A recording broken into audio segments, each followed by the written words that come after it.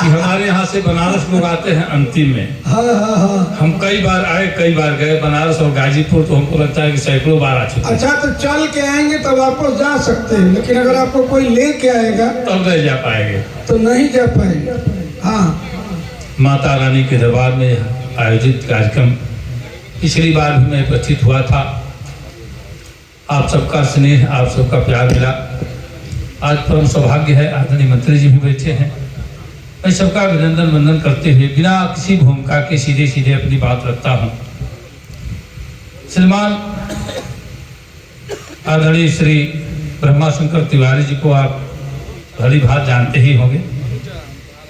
उनके एक छोटे चहेते में से मैं भी हूँ और उसी क्षेत्र से मैं आता हूँ। हमारे क्षेत्र से हैं श्री ब्रह्मा शंकर त्रिपाठी जी, पूर्व मंत्री जी।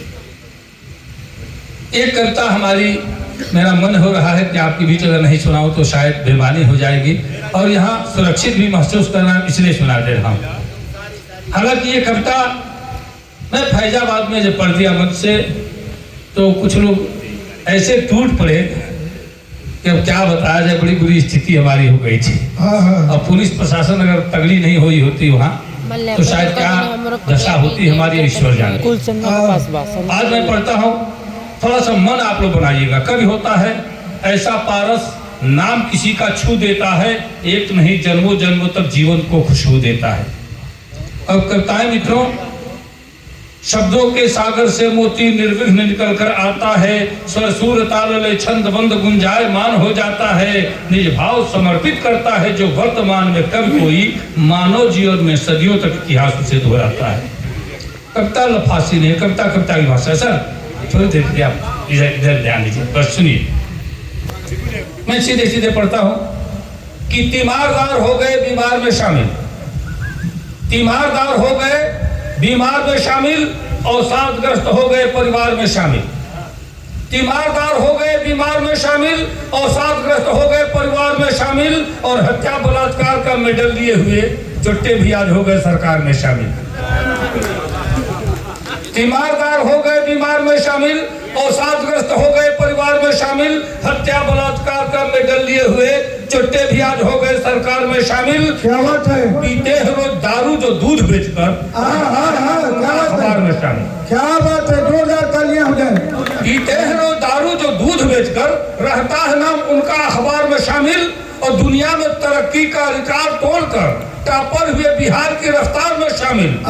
और दो बातें और कहता हूँ कि रमजान में रोजाना एक दिन भी रहेंगे, होते हैं वही पहले इफ्तार में शामिल।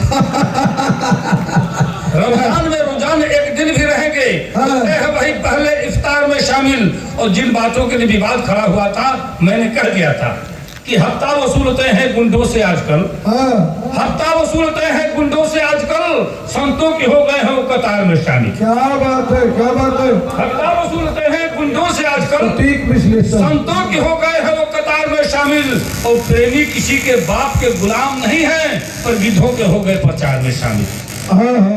मित्रों, आजकल ये प्रथा सी चल पड़ी है, कुछ लोग दरबारी राग सुनाने लगे हैं। कुछ ही नहीं, अब साहित्यकार, मैंने सुना है कि रामधारी सिंह जी दिनकर और पंडित जवाहरलाल नेहरू दोनों में बड़ी मित्रता थी। एक साथ दोनों लोग संसद की सीढ़ियां चढ़ रहे थे। अचानक पंडित जी का पैर लड़खड़ाया, दिनकर जी ने सहारा दिया, बरजस्ता उनके मुख से निकला, पंडित जी आप नहीं होते तो मैं गिर ही गया होता। पंडित जी ने कहा कि ऐसा नहीं होता, जब जब राजनीति लड़खड़ाती है साहित्य उसे सहारा देता है। आजकल साहित्य भी चाटकाता का राग अलापने लगी है। मैं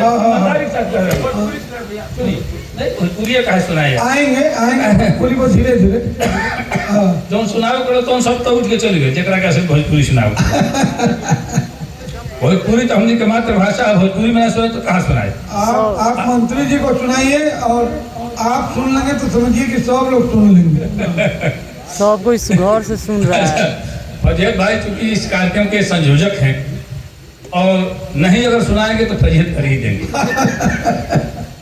सज्जनों, भोजपुरी हमारी मातृभाषा है। जब मंत्री जी के मुख से भोजपुरी के हम शब्द सुने हैं तो थोड़ा सा संभव बना है कि भोजपुरी आप लोग बढ़िया से सुन पाएंगे।